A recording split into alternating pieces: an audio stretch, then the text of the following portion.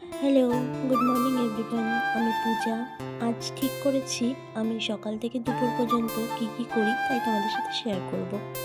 প্রথমেই আমি আমার পেটটা ক্লিন করে নিলাম আর এই বোতলগুলো ভর্তি করে রাখছি, কারণ আমার বেশ কিছুদিন ধরে জলটা কম খাওয়া হচ্ছে, তাই ভেবেছি এই 3টে বোতলের জল আমি পুরো দিনে শেষ করব। এখন আমি বানিয়ে নেব নিজের জন্য 1 কাপ চা। তার আগে প্রথমেই 1 মগ গরম জল খেয়ে নিচ্ছি। অল্প কিছু জামা কাপড় ছিল, সেগুলি ওয়াশিং মেশিনে দিয়ে আমি রান্না করতে চলে গেলাম।